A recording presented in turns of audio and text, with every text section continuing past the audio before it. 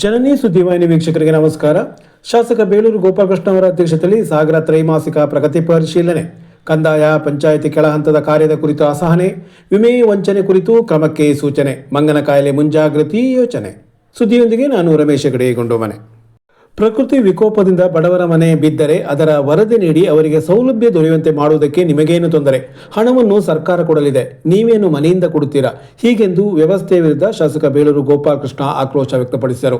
ಇಲ್ಲಿನ ಉಪವಿಭಾಗಾಧಿಕಾರಿಗಳ ಕಚೇರಿ ಸಭಾಂಗಣದಲ್ಲಿ ಮಂಗಳವಾರ ಏರ್ಪಡಿಸಿದ್ದ ತ್ರೈಮಾಸಿಕ ಪ್ರಗತಿ ಪರಿಶೀಲನಾ ಸಭೆಯ ಅಧ್ಯಕ್ಷತೆ ವಹಿಸಿ ಗ್ರಾಮ ಲೆಕ್ಕಿಗರ ಮತ್ತು ಪಿಡಿಒಗಳ ಕ್ರಮವನ್ನು ತರಾಟೆಗೆ ತೆಗೆದುಕೊಂಡ ಅವರು ಇದನ್ನು ತಹಸೀಲ್ದಾರ್ ಮತ್ತು ಇಒ ಗಮನಿಸಿ ಕ್ರಮ ಕೈಗೊಳ್ಳಬೇಕು ಎಂದು ಹೇಳಿದರು. ಮನೆಯ ಮೇಲೆ ಮರ ಬಿದ್ದರೆ ಅರ್ಧ ಎಂದು ರಿಪೇರಿ ಮಾಡುವುದಕ್ಕೆ ಸಾಧ್ಯವಿಲ್ಲ, ಇಡೀ ಮನೆಯನ್ನು ದುರಸ್ತಿಗೊಳಿಸಬೇಕು. ಆದರೆ ನೀವು 25% ಹಾನಿ ಎಂದು ಬರೆದು ಅವರಿಗೆ ಯಾವುದೇ ಪರಿಹಾರ ಬಾರದ ರೀತಿ ಮಾಡುತ್ತೀರಿ. ಬಡವರ ಮೇಲೆ ನಿಮಗೆ ದ್ವೇಷ ಎಂದು ಅಸಮಾಧಾನ ವ್ಯಕ್ತಪಡಿಸಿದರು. ಇನ್ನು ಬೆಳೆ ವಿಮೆ ವಿಷಯದಲ್ಲಿ ಸಾಗರಕ್ಕೆ ತಾರತಮ್ಯವಾಗಿದೆ. ವಿಮಾ ಕಂಪನಿಗೆ ಕೇಂದ್ರ ಮತ್ತು ರಾಜ್ಯ ಸರ್ಕಾರದ ಹಣ ನೀಡಲಾಗುತ್ತದೆ. ಆದರೆ ಅತಿ ಹೆಚ್ಚು ಮಳೆಯಿಂದ ಹಾನಿಯಾಗಿರುವ ಸಾಗರ ತಾಲೂಕಿಗೆ ಈ ಬಾರಿ ವಂಚನೆ ಮಾಡಲಾಗಿದೆ. ಮುಂದೆ ವಿಮಾ ಕಂಪನಿಗೆ ಪಾಠ ಕಲಿಸಲಾಗುತ್ತದೆ ಎಂದು ಹೇಳಿದರು. ಪ್ರತಿ ಜೀವಕ್ಕೂ ಅತ್ಯಂತ ಮಹತ್ವ ಇದೆ. ಈ ಹಿನ್ನೆಲೆಯಲ್ಲಿ ಮಂಗನ ಕಾಯಿಲೆಯ ಮುಂಜಾಗ್ರತಾ ಕ್ರಮದಲ್ಲಿ ಸ್ವಲ್ಪವೂ ವ್ಯತ್ಯಾಸವಾಗಬಾರದು ಎಂದು ಇದಕ್ಕೆ ತಂಡವಾಗಿ ಕೆಲಸ ಮಾಡಲು ಸೂಚಿಸಿದರು. ಮತ್ತು ಪಂಚಾಯಿತಿಗಳಲ್ಲಿ ಈ ಸ್ವತ್ತು ನೀಡುವುದಕ್ಕೆ ಕ್ರಮ ಕೈಗೊಳ್ಳದಿರುವ ಕುರಿತು ತರಾಟೆ ತೆಗೆದುಕೊಂಡ ಅವರು ತಕ್ಷಣ ಅದರ ಕಾರ್ಯಾನುಷ್ಠಾನ ಮಾಡಲು ತಿಳಿಸಿದರು. ಗ್ಯಾರಂಟಿ ಯೋಜನೆ ಅಧ್ಯಕ್ಷ ಬಿಆರ್ ಜಯಂತ್, ತಹಸೀಲ್ದಾರ್ ರಶ್ಮಿ, ಕಾರ್ಯನಿರ್ವಹಣಾಧಿಕಾರಿ ಶಿವಪ್ರಕಾಶ್, ಜಿಲ್ಲಾ ಆರೋಗ್ಯಾಧಿಕಾರಿ ಡಾಕ್ಟರ್ ನಟರಾಜ್, ಡಾಕ್ಟರ್ ನಾಗರಾಜ್, ಸುಜಾತ ಮತ್ತಿತರರು ಇದ್ದರು. ಅವ್ರಿಗೆ ಮತ್ತೆ ಏನ್ ಮಾಡ್ತಾರ ಅವರು ಅಲ್ಲಿ? ಅಲ್ಲರೇ, ನಾ ಹೇಳೋದು ಬಡವ್ರ ಮನೆ ಬಿದ್ದೋದ್ರೆ ಗೊತ್ತಿಲ್ಲ, ಬಡವ್ರ ಮನೆಗೆ ಏನಾದ್ರು ಹಾನಿ ಆದ್ರೆ ಇವ್ರಿಗೆ ಗೊತ್ತಾಗಲ್ಲ ಅಂದ್ರೆ ಇನ್ನೇನ್ ನೋಡ್ತಾರ ಅವರಲ್ಲಿ? ಇದು ನಾನು ಅವತ್ತೇ ಹೇಳಿದೆ, ನಮ್ಮ ಆಫೀಸಿಗೆ ಒಂದು ಕಾಪಿ ಕಳಿಸಿ, ನಮ್ಮ ಆಫೀಸಿಗೆ ತಿಳಿಸಿ ತಕ್ಷಣ, ಮತ್ತೆ ನಿಮಗೂ ತಿಳಿಸ್ಬೇಕು, ಎಲ್ಲರಿಗೂ ತಿಳಿಸಿ, BA-ಗಳಿಗೆ ತಿಳಿಸಿ ಅಂತೆಲ್ಲ ಹೇಳಿ ಮೀಟಿಂಗ್ ಮಾಡಿದ್ದೆ ನಾನು. ಇದೆಲ್ಲ ಮಾಡಿಲ್ಲ ಅಂದ್ರೆ ಮತ್ತೆ ಏನಕ್ಕಿದ್ದಾರೆ ಅವರಲ್ಲಿ? ಇದಕ್ಕೆ ನೀವು ಯಾರು ಆತರ ಮಾಡಿಲ್ಲ ಅನ್ನೋದಕ್ಕೆ ಹಿಂದೆ ಸರ್ ನೋಟಿಸ್ ಕೊಟ್ಟಿದ್ದೀನಿ.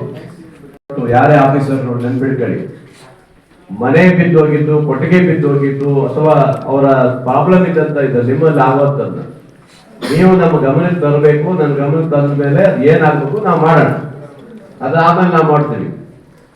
ತರದೇನೆ ಅಲ್ಲಿದ್ಬಿಟ್ಟು ಬೆಳಗ್ಗೆ 2 ದಿವಸ ಬಿಟ್ಟು ಆಮೇಲೆ 2-3 ದಿವಸ ಬಿಟ್ಟು ಹೋಗೋದು.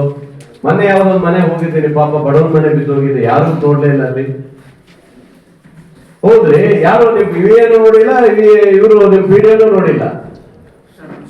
ನಾನು ನಮ್ಮ PA ಕಳಿಸಿ ಪಾಪ ಅಲ್ಲಿ ಒಂದಿಷ್ಟು ಇದೆಲ್ಲ ಕೊಡ್ಸ್ಬಿಟ್ಟು ಬಂದೆ ನಾನು ನೋಡ್ಬಿಟ್ಟು. ಸರಿ, ಅಷ್ಟೆಲ್ಲ ಹೋಗಿದ್ರು ಬರೀ 30%, 20% ಬರೀತಾರೆ. ಅವ್ನಿಗೆ ಏನಾಗಿದೆ ಅವರಿಗೆಲ್ಲ?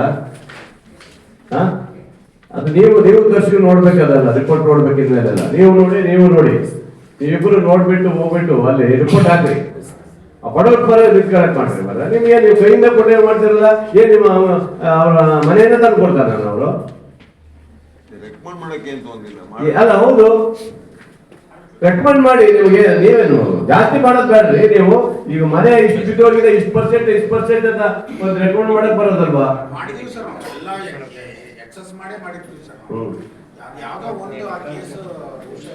ನೋಡ್ರಿ ಆತರ ಅದ ಕೆಲವೊಂದು ಆಗಿದೆ, ಕೆಲವೊಂದು ಆಗಿಲ್ಲ. ಬಡವ್ರ ಮನೆಗೆ ಸರಿ ಆಗಿಲ್ಲ ನೋಡಿ. ಇದು ಮಾಡ್ಲೇಬೇಕು ನೀವಲ್ರಿ. ದುಡ್ಡು ಮಾಡ್ಕೊಂಡಿರೋದು ಕಂಪನಿ ಇದು. ಹೋದ ವರ್ಷ ಇದೇ ಮಳೆ ಮಾಪನದಲ್ಲಿ ದುಡ್ಡು ಕೊಟ್ಟಿದ್ದಾರೆ, ಆಯ್ತಾ? ಇದೇ ಮಳೆ ಮಾಪನದಲ್ಲೇ ಶಿಕಾರಿಪುರ ಕೊಟ್ಟಾರೆ, ಇದೇ ಮಳೆ ಮಾಪನದಲ್ಲಿ ಸೊರಬದಲ್ಲಿ ಕೊಟ್ಟಿದ್ದಾರೆ, ಆಯ್ತಾ?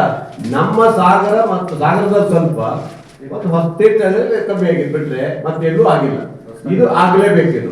ಅದಕ್ಕೆ ನೀವು ಏನ್ ಕ್ರಮ ತಗೊಳ್ಬೇಕು ಅದನ್ನ ಮಂತ್ರಿಗಳಿಗೆಲ್ಲ ಇದೆಲ್ಲ ಹಾಕಿ, ಡೀಟೇಲ್ಸ್ ಹಾಕಿ ಒಟ್ಟಲ್ಲಿ ಆಗ್ಬೇಕ್ರಿ. ರೈತರು ಕಷ್ಟಪಟ್ಟು ಇದು ಮಾಡಿ ಮಳೆ ಹೋಗೋದಕ್ಕೆ ಅವ್ರಿಗೆ ಪರಿಹಾರ ಸಿಗ್ಲ ಅಂದ್ರೆ ಇದೆಂತ ದರಿದ್ರ ಇನ್ಸೂರೆನ್ಸ್ ಕಂಪನಿ ಅದು. ಈ ವರ್ಷನೂ ಕೂಡ ಕಟ್ಟಿದ್ದಾರೆ ಸುಮಾರು. ಇದು ಏನು ಕೇಂದ್ರ ಸರ್ಕಾರದ? ಇದು ಕೇಂದ್ರ ಮತ್ತು ನಾವು ಕೊಡ್ತೀವಲ್ಲ, ಮತ್ತೆ ನಮ್ಮ ಪಾಲು ನಿಲ್ಸಕ್ಕೆ ಹೇಳಿ ದುಡ್ಡು ಹೇಳ್ಬೇಕು. ಈಗ ನಾನು ಅದೇ ಮಾಡ್ಬೇಕೀಗ. ಅದು 5% ಪ್ರೀಮಿಯಂ ರೈತರು ಕಟ್ತಾರೆ. ಮತ್ತೆ ನೋಡಿದಿರೋದು 12.5% 30% ಕ್ಯಾಪ್ ಅಲ್ಲಿ ಸ್ಟೇಟ್ ಮತ್ತು ಸೆಂಟ್ರಲ್ ನಾವಿಬ್ರು ಕೊಡ್ತೇವಲ್ವಾ, ಮತ್ತೆ ಮಾಡ್ಬೇಕಲ್ಲ ಅವರು. ಅದನ್ನ ನಾವು ಹೇಳ್ತೀವಿ ಸರ್, ಅಟ್ಲೀಸ್ಟ್ ಪ್ರೀಮಿಯಂ ಕಟ್ಟಿರೋದಷ್ಟಾದ್ರೂ ಕೊಡಿ ಅಂತೇಳಿ. ಪ್ರೀಮಿಯಂ ಕಟ್ಟಿರೋದಲ್ಲ, ಪೂರ್ತಿ ಕೊಡ್ಬೇಕು. ನಾನು ಮಾತ್ರ ಸುಮ್ಮನೆ ಇರೋದು ಆ ಕಂಪ್ನಿ ಮತ್ತೆ ಈಗಿಲ್ಲ ಅಂದ್ರೆ ಅವ್ರ ಮೇಲೆ ನಾನು ಬ್ಲಾಕ್ ಲಿಸ್ಟ್ ಹಾಕಕ್ಕೆ ರೆಡಿ ಮಾಡ್ತೀನಿ. ನಾವಂತೂ ಕೊಡೋದಲ್ಲ ನೆಕ್ಸ್ಟ್ ಇಯರ್, ನಾವು ಕೊಡೋದಿಲ್ಲ, ಇದು ಮಾಡೋದಿಲ್ಲ. ಏನ್ ತಿಳ್ಕೊಂಡಿದಾರ ಅವ್ರು? ಹಂಗಂದ್ರೆ ನಾವೆಲ್ಲ ಹಂಗಂದ್ರೆ ರೈತರು ಮತ್ತೆ ಕಟ್ಟಿದಾರೆ ಅವರು. ದುಡ್ಡು ಕಟ್ಟಿದ್ರೆ ನಮ್ಮ ಅವರೇನು ಪುಕ್ಕಟೆ ಕೊಡ್ತಾನೆ ಅವನು? ನಮ್ಮ ಸರ್ಕಾರ ಈಗ ಕೇಂದ್ರ ಮತ್ತು ರಾಜ್ಯ ಸರ್ಕಾರದ ಹಣ ಇದು, ಅದು ಅವ್ರು ಕೊಡ್ಲೇಬೇಕದು.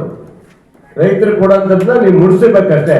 ನೀವ್ ಏನ್ ಮಾಡಿ, ಬೇರೆ ಏನ್ ಮಾಡಿ, ಅವ್ರಿಗೆ ಏನ್ ಮಾಡಿದ್ರಿ? ಈಗ ಮುಂದೆ ಏನ್ ಮಾಡಿದ್ರಿ ಸರ್? ಅದೇ ಸರ್, ಈಗ ಅದನ್ನ ಸರಿ ಮಾಡಿ ರೀಕ್ಯಾಲ್ಕುಲೇಟ್ ಮಾಡಿ ಕೊಡಿ ಅಂತ ಅದ್ ಮಾಡಿ ಸರ್, ಫಾಲೋ ಅಪ್ ಮಾಡ್ತೀವಿ ಸರ್. ಅದಾಗ್ಬೇಕು, ಮಂತ್ರಿಗಳು ಕೊಡಿಸ್ತೀವಿ ಅಂತ ಹೇಳಿದ್ದಾರೆ, ಭರವಸೆ ಕೊಟ್ಟಿದ್ದಾರೆ.